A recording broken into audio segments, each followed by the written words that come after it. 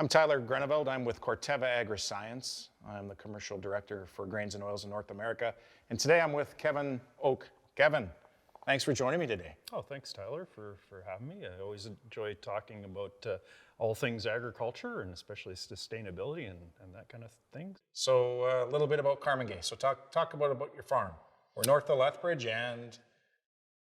Yep, we're in the flight path between Lethbridge and Calgary, so we're right in that line there, closer to Lethbridge, but we've been there since my dad bought the place in 1963, which coincidentally was when I was born, so it's the only home I've ever known. Between rented and owned land, we seed a little over 5,000 acres a year now. Right now we're in a 5-year rotation where I grow a pulse and follow that with a canola and a cereal of some type, wheat, barley, durum, that kind of thing. And then I throw a year of flax in between and then end it off with another cereal. Usually something different than what the original cereal was. So in those 5 years, you've got a different crop every time. So this makes a lot of sense to me now, because you and I have known each other for probably about 15 years, thereabouts, at various industry events, but growing that diversity of crops. Mm-hmm. So you spent a lot of time being involved as a farmer. Being involved in advocacy, talking about farming. So we've interacted quite a bit, but what different groups have you been involved with over the years? In 2004, I joined the Alberta Canola Commission, and then in 2012, I was one of the founding directors of the Alberta Wheat Commission, and I did my stint there and was chair for a couple of years there as well. And now I'm on the Alberta Pulse Growers and currently the chair of Pulse Canada through Alberta Pulse Growers. So you're staying busy. Yeah. You and I sit on Protein Industries Canada now. So a little bit of a protein pulse crop connection there. A lot of the crops you're growing fit into that. I'm also a part of Cereals Canada. Obviously I advocate. Corteva is certainly involved, the crops that are core to Alberta and Canadian agriculture. I mean, if we want to truly influence the destination, we have to get involved in the journey. Yep. I mean, I suspect, obviously you started with dirt, and what you're growing today, it's materially different. I'm guessing the yields of what you're producing today from when you started back in '84, you said. Yeah, well, it's incredible. In 1984 was my first year of farming, and that was the first power drought that they'd had since the 30s, right? Good timing. They had, it was good timing. Yeah, it was. Yeah, I must be a little bit crazy because I stayed farming too. Like I could have done other things, but I've always been interested in agriculture, and that's kind of I wanted to see what we could do there, right? So actually, in 2021, 2022, they were fairly similar years in moisture to when I started in '84, '85, but the difference is, we have now been farming in a conservation manner and no-till and the whole 9 yards, crop rotation, everything. Yeah. You add it all up, and our yields were like multiples higher than what they were in from drought year to drought year. Right. Right. Yeah. Same amount of moisture. But exactly. Same amount of moisture. Farming practices have changed. Yes. So therefore, you're producing more per acre, in spite of what you can't control is the weather. It's not pleasant not to get the moisture that you need, but it's also not. It's not as bad if you're doing things better. Yeah, and I think that's one of the stories. I mean, so I spent a lot of time working with food companies, the food industry. So I mean, everyone's aware because of the high price of commodities, right? We're growing less, so whether it's cereals or oil seeds or pulses, I mean, total supply was. There was less available, prices are higher, but I don't think people appreciate in terms of how successful you were able to mitigate against, the real disaster of probably on a comparison basis, 1984 to what you produce today. I mean, it's the resilience of the farmer today is something that I advocate, and all the time I think that voice of the farmer is needed at the food industry, the food company. And that helps them. It increases the confidence. It helps them say, yeah, I want what Kevin's producing. And it might be what Kevin literally is producing, but let's talk at the crop level first, whether it's the peas or the wheat or the durum, the canola. I mean, I want that as the ingredient because I have confidence that the Canadian farmer can produce it. And that is something that that connectivity to the farm is more important than ever, because that supply chain is so critical to saying, I need the Canadian crop ingredients in my, my packaged good or in my formulated product, whatever it may be.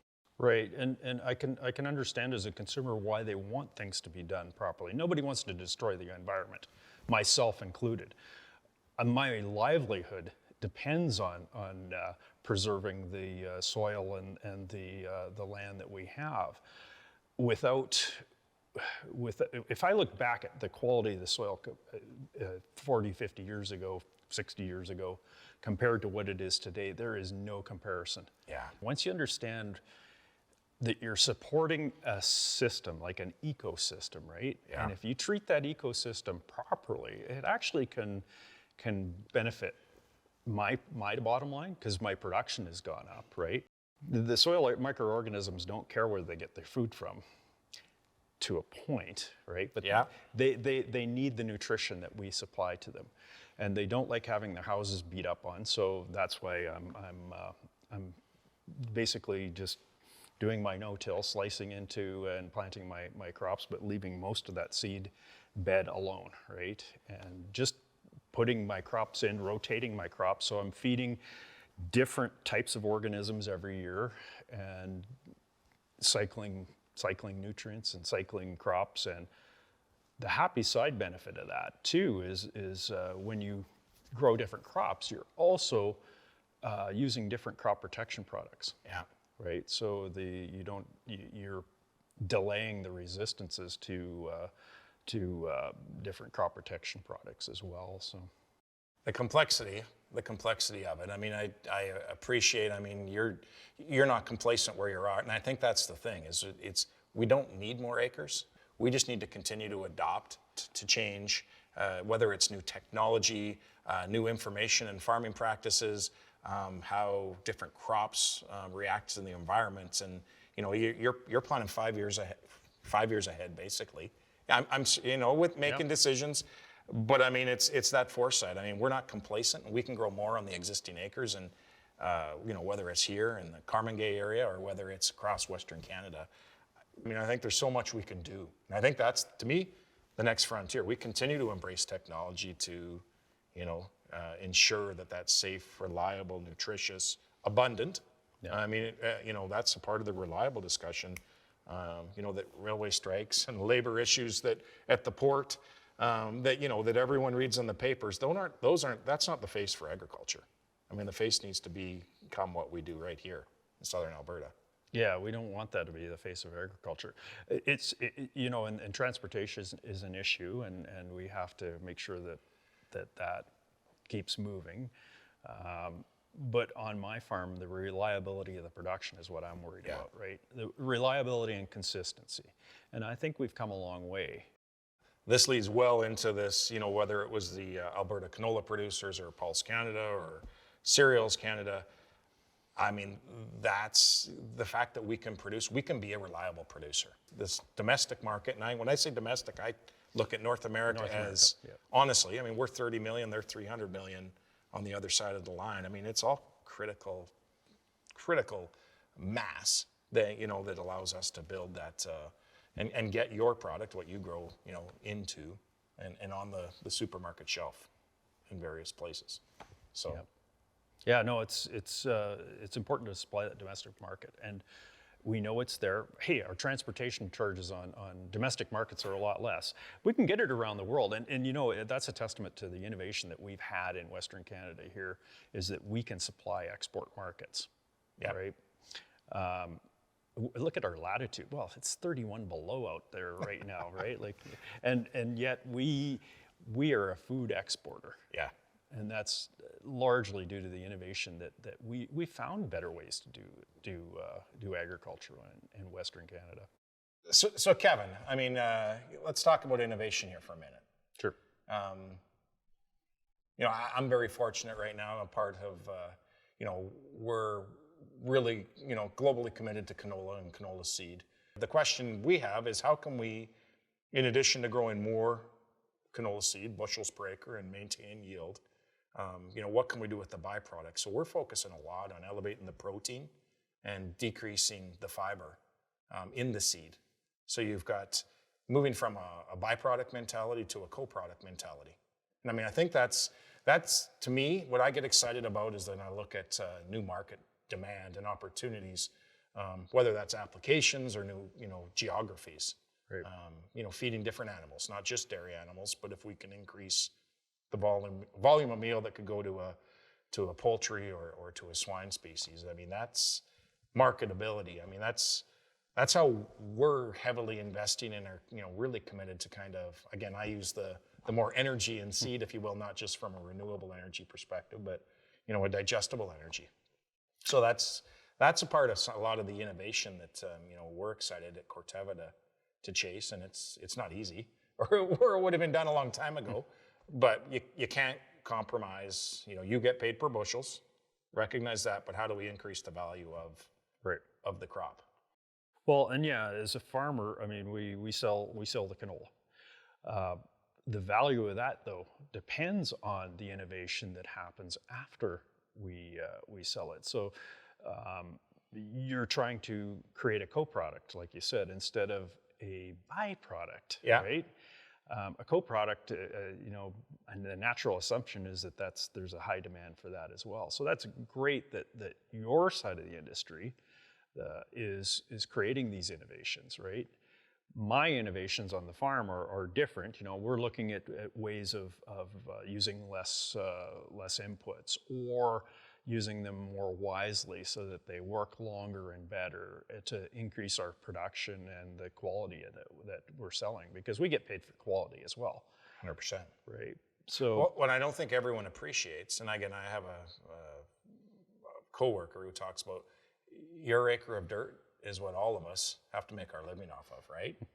You own the dirt, but everything that you produce and you need to, make a living, it's a business, for you, but then everything that happens after that is from that acre, right? That's the opportunity and the importance of all this. So, I guess I face a lot of the, canola meal trades at a discount to soybean meal, right? So all of our theory is, well, if we can elevate the protein, and the only reason it trades at a discount is because, the amino acid, the everything about the protein is good. It's just there's so much fiber there. So if we can decrease the fiber and increase the protein, it doesn't matter what the market does as long as we can decrease the discount to soy protein. And I think that will create reliable supply. It's just this global demand for protein, in both animal and plant is going to increase. And it'll vary widely from, what you and I like on our plate reflects, a North American diet. But what's going on in the balance of the world is what we don't think about often. We can't just look at production ag. I think that's a great word to use when we're talking about supply and reliability. But then it comes down to the quality of what we can do. And I think we have to look at, what it takes for you to grow it, and then what we can do collectively or as industry to improve, then create new markets and appeal, because that then is going to influence what you plant. So I come about it as, how can I make a good rotation that's sustainable, and then from there I market it. And I rely on the industry to find the innovation on the other side to increase the demand and hopefully the price of what I'm selling from my farm. I think it's exciting, some of what you're going to start to see over time, what we can do with wheat crops too. So it's not just a crop in the rotation. It's it's another legitimate revenue generating opportunity for you. Oh yeah. So I think this is where the seed developers now, anyone who's not just looking at producing more bushels per acre, but looking at, so how can we solve for what the consumer is ultimately looking for? Right. That creates opportunity. That's where I get excited on any given day. Yeah. Well, I grow wheat and I have to make a profit with it. It's not just a loss leader to make everything else work, right? Fair enough. Fair enough. but it might not be as profitable as some of your other crops. Maybe it is. I'm sure you. Well, it depends. It depends on the year, right? Yeah. You know, if you think about the prairies, were all grasses. I mean, there was legumes and that kind of thing, but they called them grasslands for a reason, right? Yep. Well, wheat as a cereal is a grass, right? Like, so it's a natural crop for the area we're growing it. It likes to grow here. It does well. So that's good news if the industry is coming up with better ways of doing it that will increase demand or increase production or whatever to Well, I think we just need to look at, so what's the consumer looking for? What's the barrier to wheat being used in different applications and more broadly? Obviously, there's some dietary challenges for some. Yep. And we never thought about that when we were young and growing up, but it's the reality today. So, I mean, it's kind of, if there's a market need, then I think there's a lot of ingenuity on the farm and by seed developers to solve for these things. It takes time. So then we need, we need the regulatory system, if you will, to support innovation, because it's the way we've done it for 20 years or 60 years, it doesn't mean that's the way we should do it tomorrow. Right. Yeah. No, the world is changing. I mean, we don't have milkmen delivering milk to our doors. doors. Yeah, and you're not milking a cow anymore. Yeah, I did when I was a kid. Yeah. But I mean, this whole issue of advocacy. I mean, we talked about about the connectivity and the opportunity to get you involved with the food industry. But I think we need to get more people at the provincial and the federal government level aware of, just because the majority of them come from urban populations, of what you do here. And I think that elevation and awareness is critical. I mean, because I'm guessing you don't want more oversight in terms of this is how Kevin should farm. Yeah, well, that's the dangerous part is I want to be as transparent as possible. I have nothing to hide. Like, I'm doing everything I possibly can to provide a good, nutritious ingredient for the foods that people are eating, and I have nothing to hide. Come and see what I'm doing, because I am confident in what I'm doing. All we have to do is pass that confidence onto the consumer so that they know what we're doing, right? So we don't end up with crazy regulations that are counterproductive. Yep. Because that can happen, where a regulation, well, we want this to happen on the farm. Well, why do you want that? Because we have this misconception of what's happening on the farm, right? Like, we're doing things as well as we can. And as an industry, is there room for improvement? Oh, I'm sure there is. Yeah. Like, well, exactly. I've been improving since I started farming, right, in 1984. But we need to be at the table. And I understand, I accept, government, we have a role in communicating, and they have a role in setting policies, but that's where it's kind of we need to work together. Their awareness, I think that's the opportunity. The awareness of what Kevin Auch does on his farm is critical, because it's not the paradigms or what they may see in other areas of the world. I mean, that's not how we farm here. Yeah, and there's reasons why that's not how we farm here, right? Yeah. Like, every agricultural region in the world is different, right? And we're figuring out, and we've largely figured out a good way of farming here. Yeah. Is there room for more innovation? Yes. Our livelihood depends on it. Exactly. Yeah. Kevin, thanks for joining me today. I mean, I think it's important that Corteva has ongoing and open discussions about agriculture and agri-food with farmers, but your insights and your comments have been invaluable, and I look forward to collaborating more with you here in the not too distant future. Well, thank you very much for having me. I'm always willing to talk about agriculture and to try to promote what we're doing. So thank you for having me. All right. Thank you, my friend.